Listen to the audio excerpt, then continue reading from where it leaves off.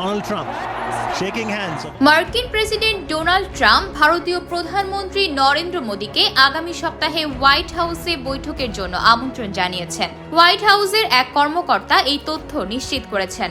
মঙ্গলবার বার্তা সংস্থা রয়টার্সের এক প্রতিবেদনে এই তথ্য প্রকাশিত হয়।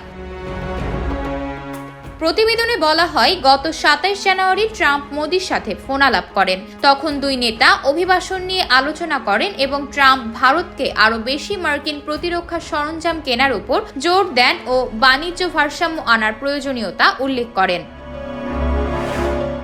ভারত ও যুক্তরাষ্ট্র বর্তমানে চীনের বিরুদ্ধে কৌশলগত অংশীদারিত্ব গড়ে তুলছে। ভারত চায় যুক্তরাষ্ট্রের সঙ্গে বাণিজ্যিক সম্পর্ক আরও গভীর করতে ও দক্ষ কর্মীদের জন্য ভিসা প্রক্রিয়া সহজ করতে।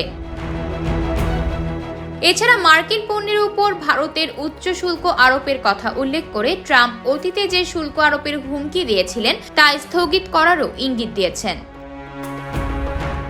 প্রসঙ্গত, মার্কিন যুক্তরাষ্ট্র ভারতের বৃহত্তম বাণিজ্যিক অংশীদার। 2023-24 সালে দুই দেশের মধ্যে দ্বিমুখী বাণিজ্য $118 বিলিয়ন ছাড়িয়েছে, যেখানে ভারত $3,200 কোটি বাণিজ্য উদ্ধৃত্ত বজায় রেখেছে।